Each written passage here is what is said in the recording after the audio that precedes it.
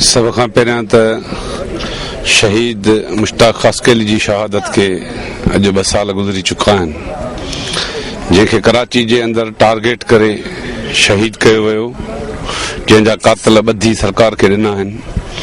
न उन सिलसिले में जांच थी, न वधीक तहक़ीक़ात थी, न ई केस सही तरह सां अञा ताईं हली रहियो आहे ऐं उल्टो असां ते दबाव ऐं प्रेशर विझी सख़्त नतीजनि भोगण जूं धमकियूं मिली रहियूं आहिनि।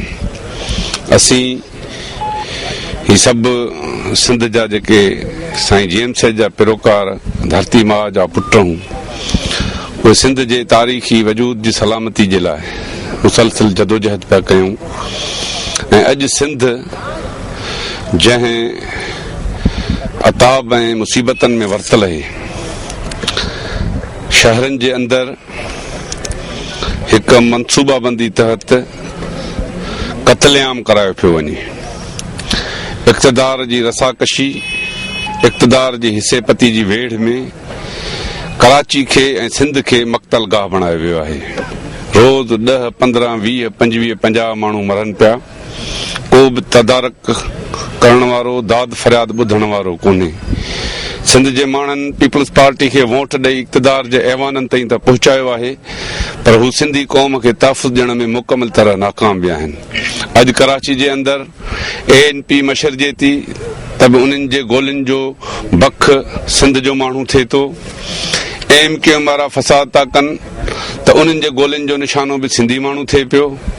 पीपल्स अमुन कमेटी उथे थी त लियारीअ में उन्हनि जूं गोलियूं बि सिंधी माण्हुनि खे लॻनि थियूं ऐं हाणे वरी हक़ीक़ी बि उथी कराची जे अमन जे अंदरि जेको रोल प्ले कयो आहे। हींअर बि लियारी जे अंदरि कुझु देरि पहिरियां रॉकेट फायर कया विया आहिनि बलोचनि जे ॻोठनि ते। असां चऊं था त कराची सिंध जी दिलि आहे ऐं सिंधी क़ौम जो शहर आहे। सिंधी क़ौम हमेशह पुरअमन ऐं मुहबत करण वारी क़ौम रही आहे। ही धरती बि अमन जी मुहबत जो हिकिड़ो गहवारो रहियो आहे।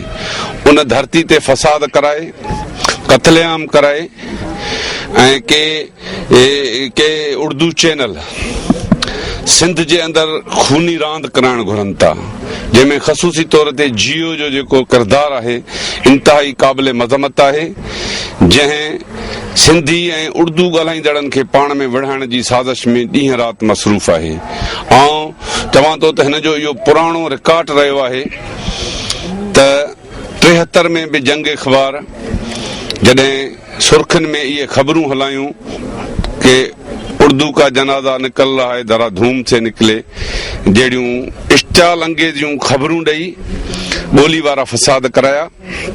ऐं हींअर वरी उर्दू ऐं सिंधी ॻाल्हाइणनि खे विरहाइण जे लाइ ताज़ो जियो न्यूज़ ते सिंध जे विरहाङे जे हवाले सां बहस करायो वियो आहे। असीं इन खे सिंध धरती जे ख़िलाफ़ साज़िश सम्झूं था। असां सम्झूं था त सिंध धरती असांजी माउ आहे।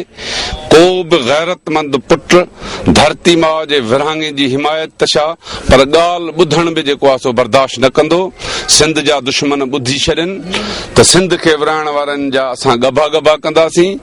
सिंध जे विरहाइण वारनि जी ॻाल्हि सिंधी क़ौम क़बूल न कंदी। जियो न्यूज़ जेकॾहिं माफ़ी न वरिती ऐं सिंधी क़ौम खां माफ़ी न वरितऊं ऐं इहो जेको इस्तिलाह इस्तेमालु पिया कनि त कराची ऐं सिंध, इहा ॻाल्हि सिंध जे ख़िलाफ़ आहे। असां चऊं था त कराची सिंध जो अण टुटंदड़ हिसो आहे, कराची सिंध आहे ऐं उन खे ईअं जुदा करे पेश करणु, हिकु तासुब पखेड़णु, इश्तियाल अंगेज़ आणण खां परहेज़ कई वञे। अॼु सॼी सिंध जेका आहे सा जियो नशरियात जे ख़िलाफ़ सरापा एहतजाज बणियल आहे। असां वाज़े करणु घुरूं था त उर्दू ॻाल्हाईंदड़ असांजा सिंधी भाइर आहिनि, उहे सिंधी आहिनि ऐं उर्दू ऐं सिंधियुनि खे विढ़ाइण वारी जेका साज़िश आहे उन खे नाकाम बणाइनि। ऐं ख़सूसन कराची जे भितियुनि ते जेको लिखियो वियो आहे त हमें अलहदा सूबा चाहिए, इन्हनि शयुनि जी मुतहदा खे बि वज़ाहत करणु खपे, छो त इहा ॻाल्हि सिंध जो माण्हू क़बूल करण जे लाइ तयारु न आहे। सिंध जा हज़ारे सालनि खां असां मालिक आहियूं। असां पंहिंजे तारीख़ी क्लेम तो कंहिं बि सूरत में हथ न खणंदासीं। सिंध जे बका जे लाइ लखे पुट कुर्बान करणा पवनि त असां तयारु आहियूं। असां सिंध जे लाइ हमेशह कुर्बानियूं ॾिनियूं आहिनि, पंहिंजा शहीद घोरिया आहिनि, कुर्बान कया आहिनि। अॼु शहीद मुश्ताक ख़ासकेली जी मज़ार ते बीही इहो वचन था कयूं त सिंध खे बचाइण जे लाइ, सिंध जे आज़ादी जे लाइ असां लखे सिर कुर्बान करण जे लाइ तयारु आहियूं, जेतिरे ताईं सिंध तां ही ग़ुलामी जा ज़ंजीर ऐं ग़ुलामी जा ककर ख़तम नथा थियनि।